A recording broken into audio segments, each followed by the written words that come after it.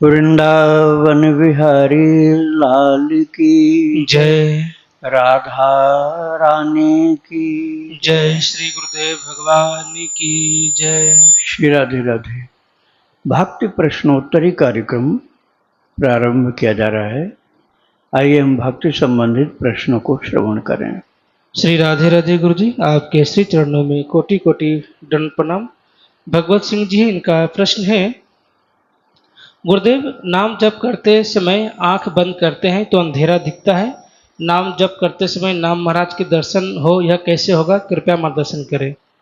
श्री राधे राधे। इसके लिए आपको अभ्यास करना पड़ेगा। वह आपको ज़्यादा रुचिकर लगता है। जैसे बाल कृष्ण की झांकी देखो, आप पहले उसको खूब अभ्यास करो, लगातार एकटक खुली आंख से देखो, पलक नहीं गिरने देना। ऐसे इसको त्राटक बोलते हैं, योग की भाषा में त्राटक बोलते हैं।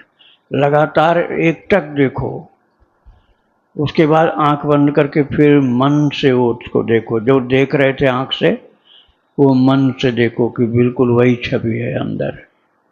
ऐसे बार बार बार बार करने से भगवान की छवि अंदर आने लग जाएगी। और आप चाहो तो प्रभु के नाम की वो भी चमचमाते हुए स्वरूप में देख सकते हो, जो आपको ज़्यादा प्रिय हो। नाम महाराज का दर्शन करना है या प्रभु की छवि का दर्शन करना, उसका अभ्यास पहले करो। तब आप आंख बंद करके जप करो और दर्शन करते रहो अंदर अंदर। और यदि आपको नहीं बन पा रहा है ऐसा, तो खुली आंख से भी जप कर सकते हो। लेकिन फिर भी अभ्यास तो करना पड़ेगा, क्योंकि तरीका उसका वही होता है कि अंदर झांकी प्रभु की देखी जाए और बाहर से भगवान नाम जप करते रहें। भरत जी का भी ऐसा ही वर्णन मिलता है। ये लगातार सीताराम जी की झांकी अंदर, जी नाम जप लोचन नीरू, पुलक गात ही सी रघुबीरू। भरत जी के जप का तरीका क्या था? पुलक गात ही सी रघुबीरू, शरीर में रोमांच हो रहा आनंद के कारण। और पुलक गात, इसी को पुलक गात ही सी रघुबीरू, हृदय में सीताराम जी विराजमान दिखलाई पड़ रहे हैं। और जी नाम जपे, जिह्वा से, प्रेम से, जीव से, ऐसा नहीं कि मानसिक कर रहे हैं। मन में तो ठाकुर जी की छवि चल रही है। पुलक गात ही सी रघुबीरू, जी नाम जपे लोचन नीरू। और आनंद कितना आ रहा है कि आंखों से आंसू गिर रहे हैं। प्रेम की अधिकता के कारण आंखों से आंसू गिर रही है और भीतर सीताराम जी की छवि दिख रही है। आनंद के अधिकता के कारण रोमांच भी हो रहा है, आंसू भी गिर रही है। और जी नाम जप सीताराम, राम राम, राधे राधे, जो भी आप जपते हो। श्री राधे, जय श्री राधे, जय श्री राम, सीताराम सीताराम सीताराम। जो भी आपको नाम प्रिय, वो जी नाम जपे, जिह्वा से नाम जपो। और लोचन नीरू, आंखों से आंसू के बूंद गिरे हैं। और पुलक गात, शरीर रोमांचित हो रहा है।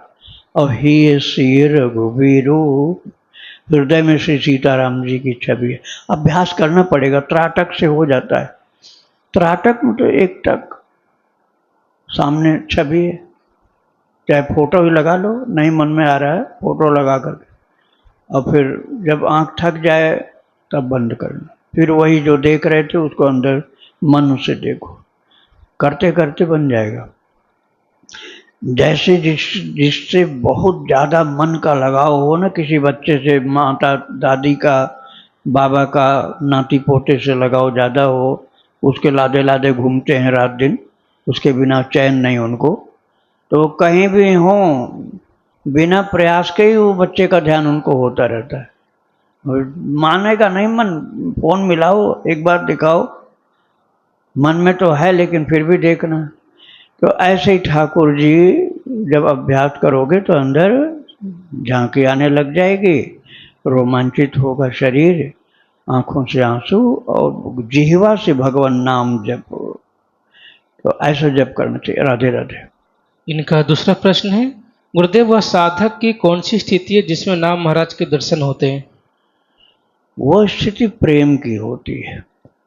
प्रेम जो आपके अंदर ठाकुर जी की कृपा से आ गया या पिछले जन्मों का अभ्यास है, प्रेम का, भक्ति का आपका चला आ रहा पिछले जन्म का प्रवाह भक्ति का भी, तो आपको जो प्रेम के कारण मन लगेगा ना, प्रेम के कारण ही मन लगता है। तो प्रेम के कारण जब मन लगेगा तो मन में बस वही बसे रहेंगे, वही बसे रहेंगे, और उनके बसे रहने से आपके भजन की शक्ति ज़्यादा हो जाएगी।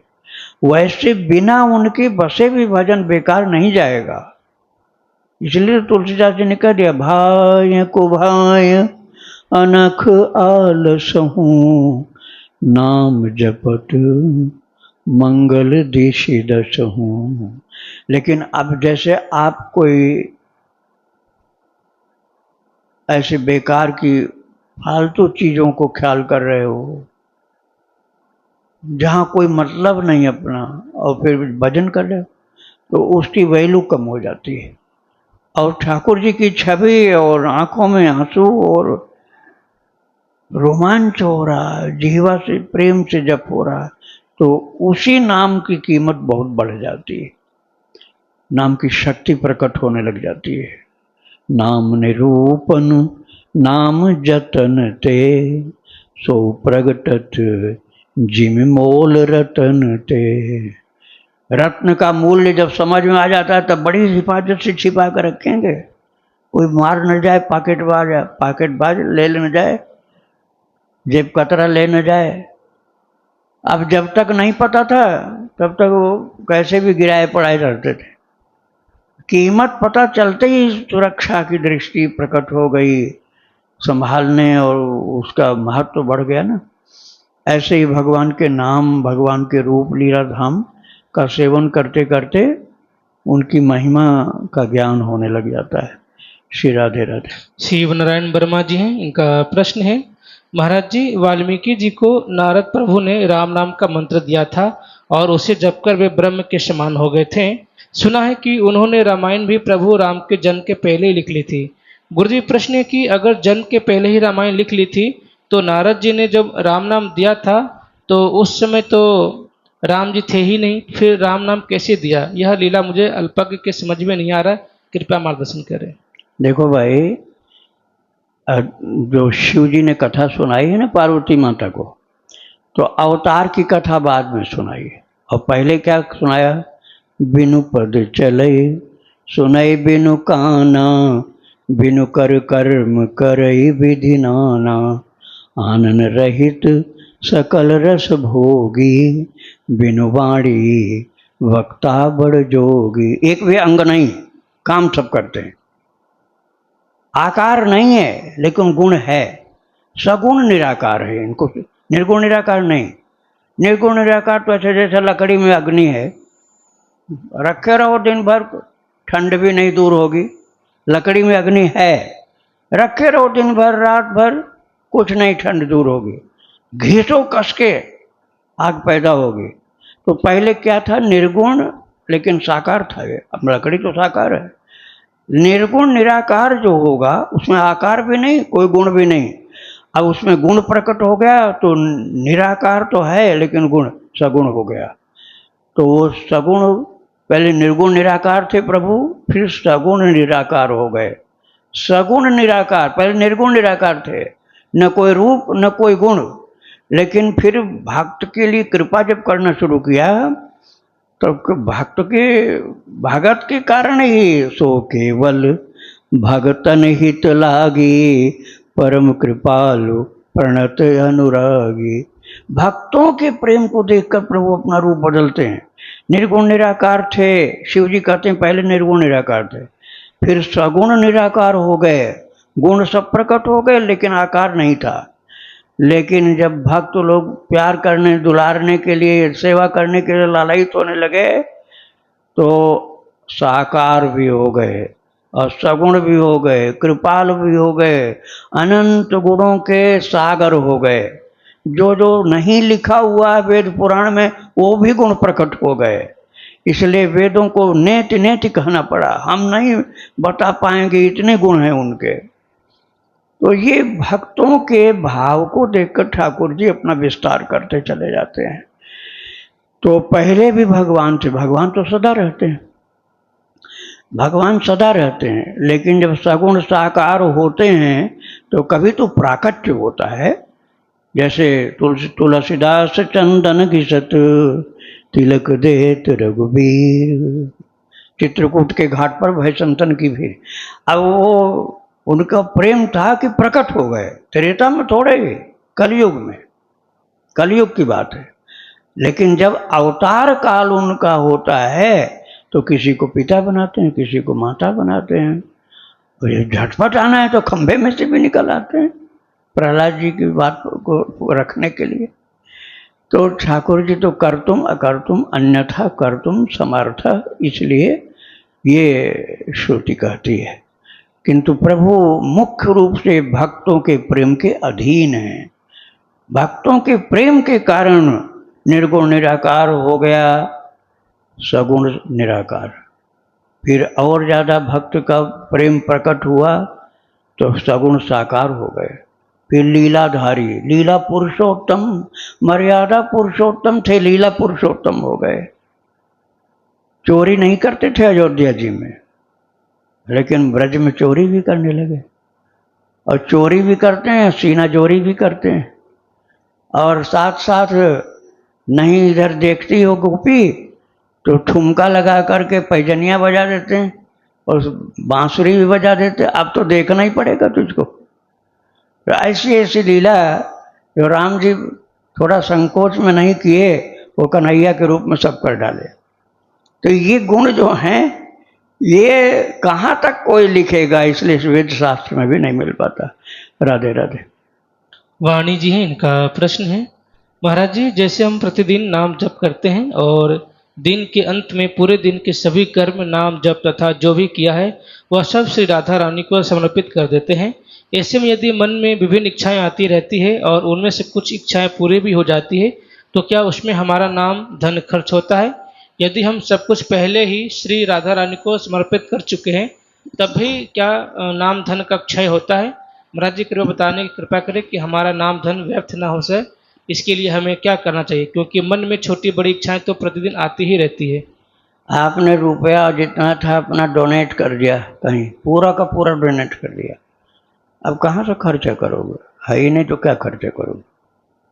अब आप नहीं दे सकते हो किसी को क्योंकि दे दिया। तो ऐसे ठाकुर जी को जब दे दिया तो अब कहाँ से दोगे? दूसरे काम में नहीं लगेगा। इसलिए अर्पण करने की बात है। लेकिन मन जो है बेईमानी करता है, फिर मांगने लग जाते हैं, फिर मांगने लग जाते हैं। तो भगवान हंसते हैं कि फिर कहाँ का दिया, अर्पण ही नहीं किया, झूठा है तू। इसलिए निष्काम हो जाओ। निष्काम अर्थात प्रभु को सब दे दिया, अपना जीवन ही समर्पित कर दिया, तो फिर अब अपने पास कुछ रहा ही नहीं, और चाहिए भी नहीं। और चाहिए तो इसका मतलब अर्पण नहीं किया। आत्मनिक्षेप कार्पण्यम सर्वविधा शरणागति, आत्मनिक्षेप, अपना निक्षेप कर दिया, अपने को पूरा पूरा प्रभु के चरणों का हो गया। अब अपना कुछ नहीं रहा, उन्हीं का हो गया। शरणागति के 6 अंग हैं, उसमें से एक मैंने बताया अभी। श्री राधे राधे। कनाडा से गुरु जी, इनका प्रश्न है, क्या काली गंडगी जी की हर शिला शालिग्राम रूप है या फिर जिसमें चक्र या अन्य चिन्ह हो वे ही शालिग्राम है? ऐसा पता चला है कि आजकल बहुत से लोग सीमेंट एमसील से बनाकर और दूसरे पत्थरों को पॉलिश करके शालिग्राम बोलकर के बेचते हैं, और ऐसा भी सुना है कि शालिग्राम जी को बेचना और खरीदना अपराध है और नेपाल जाकर ढूंढने का सामर्थ्य भी नहीं है। तो क्या काली काली गंडगी या यमुनोत्री या बद्रिकाश्रम से कोई शिला लाकर या नर्मदेश्वर शिला में शालिग्राम जी का भाव रख सकते हैं, या आप श्री कृपा करके श्री शालिग्राम जी की सेवात कुछ मार्गदर्शन करेंगे? श्री राधे राधे। शालिग्राम जी एक प्रकार के नहीं होते हैं, अनंत प्रकार के होते हैं। सब अवतारों का रूप शालिग्राम जी में होता है।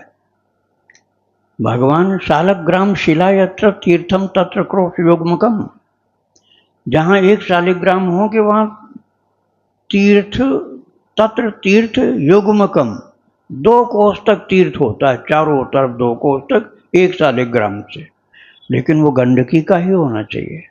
जैसे नर्मदेश्वर जी नर्मदा नदी के ही होते हैं, नर्मदा के अंदर से ही नर्मदेश्वर निकलते हैं, ऐसे गंडकी नदी से ही शालिग्राम जी निकलते हैं, क्योंकि गंडकी को भगवान ने ये वरदान दिया था।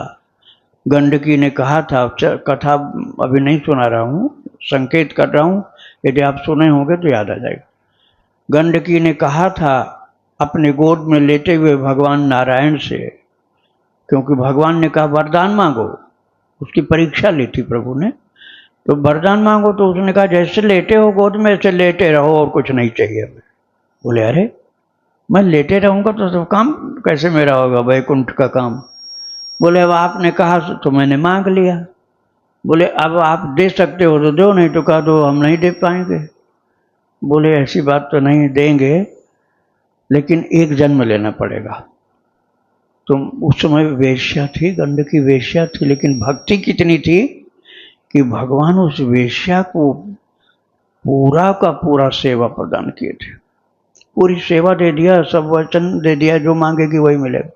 भगवान ने कहा एक जन्म तुझे और लेना पड़ेगा, तू नदी बन जाएगी, गंडकी नदी, और मैं जलंधर की पत्नी के श्राप के अनुसार पत्थर बन जाऊंगा, वो काला पत्थर बन जाऊंगा। उसने श्राप दिया है, काला काम किया तो काले पत्थर बनो। तो अब वो कथा मैं नहीं सुना रहा हूँ, संकेत मात्र कर रहा हूँ, बहुत बड़ी बड़ी कथाएं हैं। तो भगवान ने कहा था जितने गंडकी के पेट में जितने पत्थर होंगे सब शालिग्राम होंगे। अब वो कोई ऐसे होते हैं कि नृसिंह भगवान वाले शालिग्राम, मैंने कामदगिरी की परिक्रमा में देखा, कामदगिरी परिक्रमा चित्रकूट में देखा, तो एक नरहरियानंद जी के निकट पड़ता है एक शालिग्राम जी है, मुंह खुला हुआ, बड़े शालिग्राम, नरसिंह भगवान शालिग्राम। ऐसे कोई होते हैं, चक्र वाले तो बहुत ही मिलते हैं, अंदर भी चक्र होता है। यदि गिर गया शालिग्राम में, गिर गया और मान लो टूट गया तो फेंकना नहीं चाहिए, उसमें से 2 चक्र हो जाएंगे, दोनों टुकड़े में एक एक चक्र अलग अलग हो जाएगा और दोनों एक एक शालिग्राम हो गए। तो चक्र वाले, शंख वाले और अलग अलग प्रकार के लक्ष्मी नारायण के, जैसे चक्र वाला जो लक्ष्मी नारायण माना जाता है, तो बहुत प्रकार के शालिग्राम होते हैं जिनमें कोई निशान नहीं है, उनमें जनेऊ का निशान होगा, जनेऊ या बिंदी का निशान होगा, तिलक का निशान होगा। बहुत ध्यान से देखोगे तो कोई ना कोई मिलेगा। तो शालिग्राम जो भी गंडकी के अंदर हैं सब शालिग्राम है, उसमें संदेह मत करो। यहाँ तक कि काले की जगह सफेद भी मिलते हैं कभी कभी। बलराम जी हैं, वो कृष्ण काले हो गए और गोरे गोरे बलराम जी हो गए। तो सभी गंडकी के जितने पाषाण खंड हैं पत्थर के स्वरूप, सब वो शालिग्राम जी हैं, संशय नहीं करना। राधे राधे। गुरु जी, ये तो आपने गंडकी का बताया, लेकिन इन्होंने पूछा कि जैसे यमुनोत्री से या बद्रिका आश्रम से शिला लाकर नर्मदेश्वर जी की शिला को भी शालिग्राम भाव रख सकते हैं? नहीं नहीं, नर्मदेश्वर शिव जी हैं, नर्मदेश्वर शिव जी हैं और शालिग्राम जी विष्णु भगवान हैं।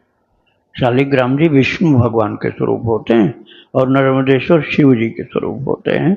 इसलिए जहाँ का शास्त्र में बताया गया वहीं से लाना चाहिए।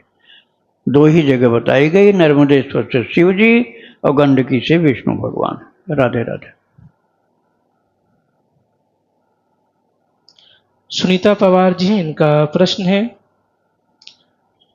3 लाला को घर में ला सकते हैं या नहीं? 2 लाला पहले से थे हमारे घर में, 1 लाला बाकी बिहारी जी के मंदिर से पंडित जी ने दिए। वो भी एक आश्चर्यजनक है कि मुझे भी वृंदावन धाम में जाना था, पर मासिक धर्म आ जाने के कारण मैं नहीं जा सकी। पर उसी दिन मेरे स्वप्न में काले सांवले से ठाकुर जी ने दर्शन दिए और मेरी छोटी बहन सब लोग वृंदावन पहुंच गए थे। तीसरे वो सब लोग बाकी बिहारी जी के मंदिर गए तो किसी महाराज जी ने उसके हाथ पकड़कर लड्डू गोपाल दिया।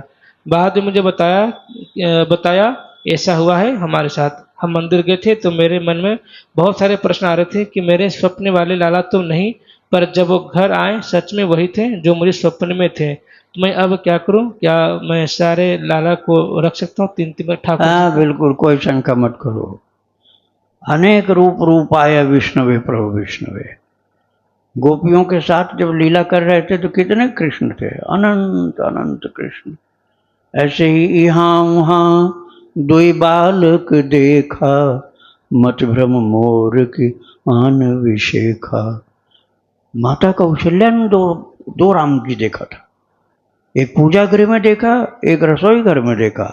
फिर लोग घूम घूम के आए, चक्कर में पड़ गए कि ये लाला दो कैसे हो गए राम जी। मति भ्रम मोर कि आन विशेखा। अरे मेरी मति भ्रमित हो गई या और कोई विशेषता इस बच्चे में।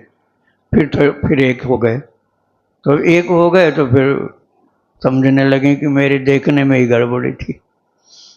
तो भगवान जितने रूप में हो सबकी पूजा करो। मैंने जहाँ से नर्मदा जी का उद्गम होता है ना, अमरकंटक, उसके और ऊपर जा गुलदावली नाम की एक जगह पड़ती थी। इतनी धारा नर्मदा जी की निकलती, प्रथम धारा। एक हथेली के नीचे पूरी नर्मदा जी आ जाती हैं, चारों तरफ से जल निकलने लग जाता है। उससे भी ऊपर में गया, पहाड़ पर रास्ता नहीं है, तो वहाँ एक बाबा थे, झोपड़ी थी, उसमें वो महाराज नर्मदेश्वर का बाजार लगा हुआ था, बेचते नहीं थे। नर्मदेश्वर के मतलब पता नहीं कितने हजारों की संख्या होगी या लाख की संख्या होगी। छोटे बड़े सफेद काले एकदम चमचमाते हुए, एकदम स्फटिक जैसे। बोले सब मैंने नर्मदा से ही निकाले हैं। अब हमको बिना पैसे का दिया था, जिसको भी दिया पैसा नहीं लेते, जिस पर प्रसन्न हो जाते दे देते।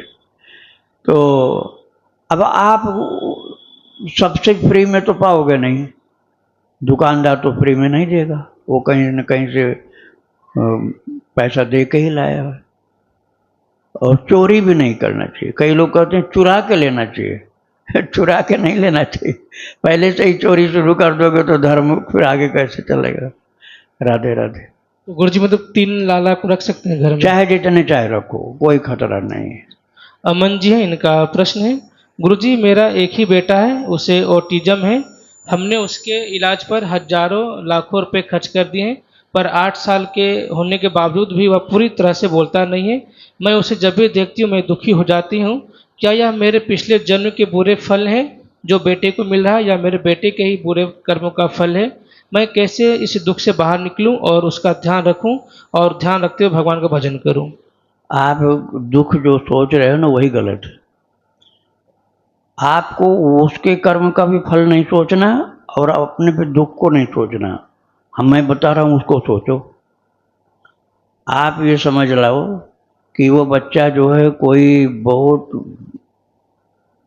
जबरदस्त कोई योगी है जो बोलना नहीं चाहता है, जानबूझ के नहीं बोलना। कार्तिकेय जी का चरित्र मैंने 63 भाग में सुनाया, संत कार्तिकेय जी का। माता पिता गूंगा समझते थे कार्तिकों को, रोने लगे। एक संत से, महाराज ये तो वो बोलता ही नहीं, गूंगा है। संत ने कहा गूंगा नहीं हो सकता बालक, बहुत तेजस्वी है। बोले तुम लोग हटो यहाँ से, मैं देख के बताऊंगा। फिर महाराज उन्होंने देख के बताया। पूछा महाराज आप बोलते क्यों नहीं, इतनी बात बताओ। तो बच्चा बोला पशुओं से क्या बोलूं, पशुओं से क्या बोलूं। मतलब मनुष्य जो भक्ति में नहीं हो, पशु जैसा है। तो आप ये समझ लो कि वो जो है बच्चा कोई महान योगी है, ज्ञानी है, कोई स्थित प्रज्ञ परमहंस है, इसलिए नहीं बोलता। समय आने पर कभी किसी से बोलेगा तो आप फिर उसको, उसके लिए दुख नहीं मानोगे। और आपके यहाँ ऐसा एक अवधूत जन्म लिया है, इस बात से आप प्रसन्न रहो। सोचने का तरीका बदल दो, सारा दुख दूर। राधे राधे। प्रश्न है गुरु जी, महाराज जी, मैं जिन्हें अपना गुरु मानता हूँ उनसे ना अभी तक मिल पाया हूँ और ना ही दीक्षा ले पाया हूँ। घर के हालात भी अभी दीक्षा लेने के अनुकूल नहीं है, तो मैं क्या नियम या क्या सावधानी अपनाऊं जिससे मुझे जल्द गुरु शरणागति मिले और यह जन्म व्यर्थ न जाए।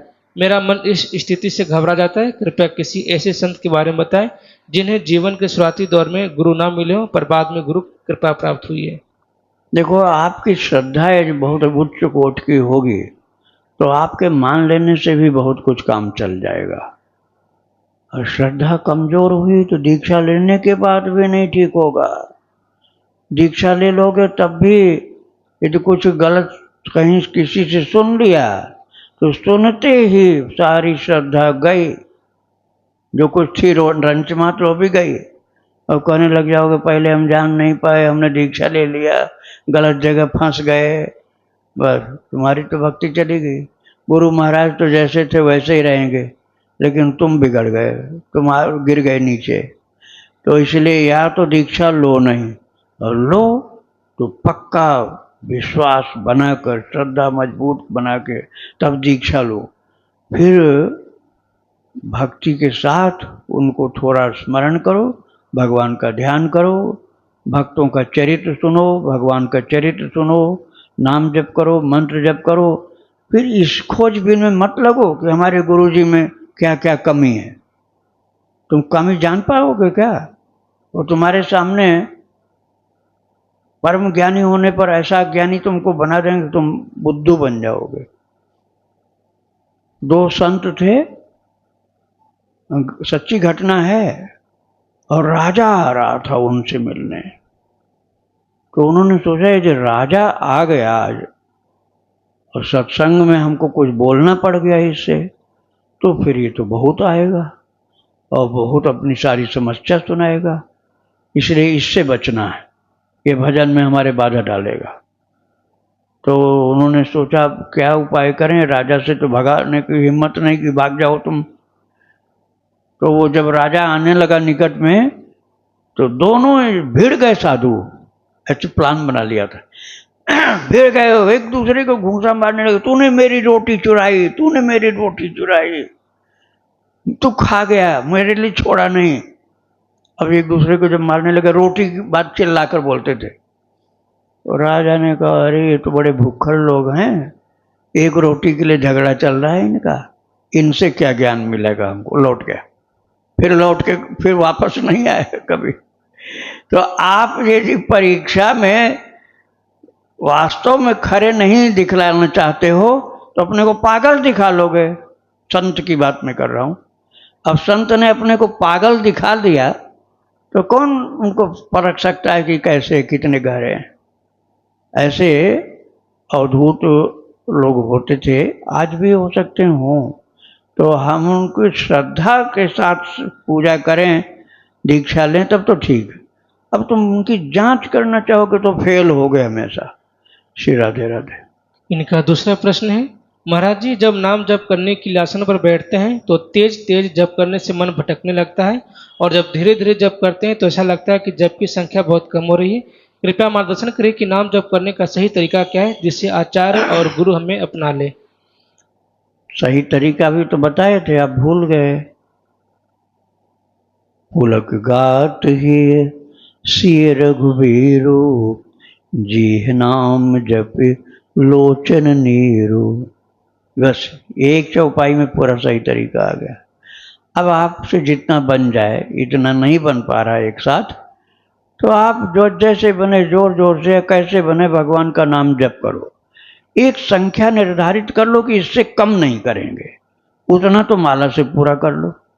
उसके बाद बिना माला के रो कर गा कर कमरा बंद करके, किसी के सामने नहीं। वाग्गदगदा द्रवते यस्य चित्तम रुदत्य भीक्षम, हसति क्वचिच्च विलज्य उद्गायते नृत्यते च, मदभक्ति युक्तो भुवनम पुनाति। भगवान ने उद्धव जी से कहा है 11वें स्कंद में भागवत में कि जो मेरा नाम गा गा करके रुदत्य भीक्षणम हसति क्वचिच्च, कभी रोता है कभी हंसने लग जाता है, और चित्त उसका द्रवित हो गया और आंखों से आंसू गिरने लगे, और वो पागल की तरह से भागता है, फिर रोता है, फिर चिल्लाता, फिर गाता है। बोले मद भक्त युक्तो भुवनम पुनाति, वो मेरा जो भक्त संपूर्ण विश्व को पवित्र करता है। तो आप समझ लीजिए कि प्रेम से भगवान को पुकारो, जैसे बने उनसे बोलो, बात करो, गाओ, रो, क्योंकि उनसे बढ़कर अपना तो कोई है नहीं। राधे राधे। वृंदावन बिहारी लाल की जय। राधा रानी की जय। जय श्री गुरुदेव भगवान की जय। श्री राधे राधे।